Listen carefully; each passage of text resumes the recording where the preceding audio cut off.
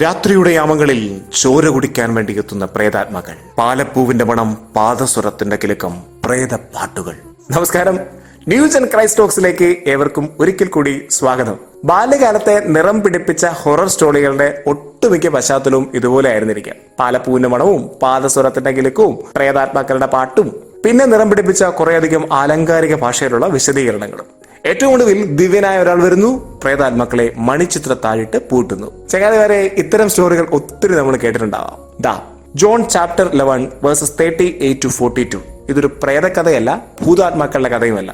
ഒരു മനുഷ്യനെ പച്ചയായി മരണത്തിൽ നിന്ന് ഈശോ ജീവിതത്തിലേക്ക് കൈപിടിച്ചു നടത്തുകയാണ്. ലാസറെ പുറത്തു വരുവിൻ എന്നൊക്കെ പറഞ്ഞിട്ട്. പ്രിയ സ്നേഹിതന്റെ കബറിടത്തിലെത്തിയത് മരിച്ച് 4-ാം ദിവസമാണ്. പിന്നീട് അയാളെ പുറത്തേക്ക് ആനയിക്കുമ്പോൾ കണ്ടു നിൽക്കുന്നവരൊക്കെ വണ്ടർ സ്റ്റക്കായിട്ട് ഇങ്ങനെ നോക്കി നിൽക്കുകയാണ്. കാരണം ഒരു മഹാത്ഭുതമാണ് മുന്നിൽ നടക്കുന്നത്. പക്ഷെ ചങ്ങാതി, ഇതിന്റെ അത്ഭുതം എലമെന്റിനേക്കാൾ എന്നെ ചിന്തിപ്പിച്ചത് ഈ മരണശേഷം ഇയാൾ തിരിച്ചു വരുമ്പോൾ അയാൾ പിന്നീട് ജീവിതത്തെ കണ്ടത് എങ്ങനെയായിരുന്നിരിക്കാം. ATM കൗണ്ടറിന് മുമ്പിൽ നീണ്ടു നിൽക്കുന്ന ക്യൂ ഒക്കെ കണ്ടപ്പോൾ അയാൾക്ക് നല്ല ചിരി വന്നിട്ടുണ്ടാവാം. ബിവറേജ് ഷോപ്പിന് മുമ്പിൽ നീണ്ടു പോകുന്ന ക്യൂവിന് മുമ്പിൽ ലഹരിക്ക് വേണ്ടി കാത്തു നിൽക്കുന്നവരെ കണ്ടപ്പോൾ അയാളെ ചിരിച്ച് മണ്ണ് തുപ്പിയിട്ടുണ്ടാവും. ബ്യൂട്ടി പാർലറുകളുടെ ബോർഡുകളും സൗന്ദര്യവർദ്ധക വസ്തുക്കളുടെ പരസ്യങ്ങളും ഒക്കെ കണ്ടപ്പോൾ ഇയാള് ചിരിച്ച് മടുത്തിട്ടുണ്ടാവും.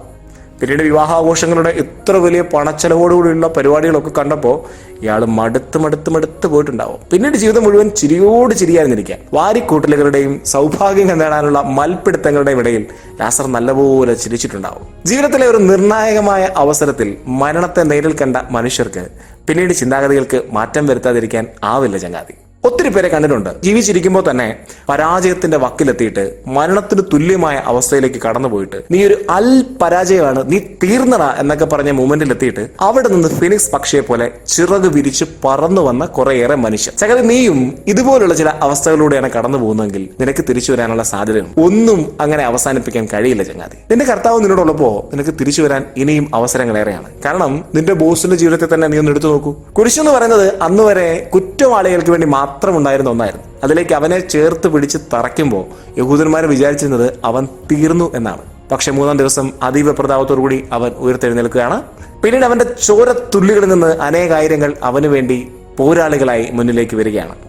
ആ ചോരയുടെ തിളപ്പാണ് ചങ്ങാതി നിന്റെ രക്തത്തിലുള്ളത്. അതുകൊണ്ട് ഏതെങ്കിലും കാരണങ്ങൾ കൊണ്ട് നീ തോറ്റുപോയി, നീ പരാജയമാണ് എന്നൊക്കെ പറയുന്നവരുടെ മുമ്പിലേക്ക് നിനക്ക് ചങ്കും പിരിച്ച് കർത്താവിന്റെ കരം പിടിച്ച് കടന്നു പോകാൻ വേണ്ടി പറ്റണം. നീ മണിച്ചിത്രത്തായിട്ട് പൂട്ടേണ്ടത് നിന്റെ പരാജയ കാരണങ്ങളെയാണ്.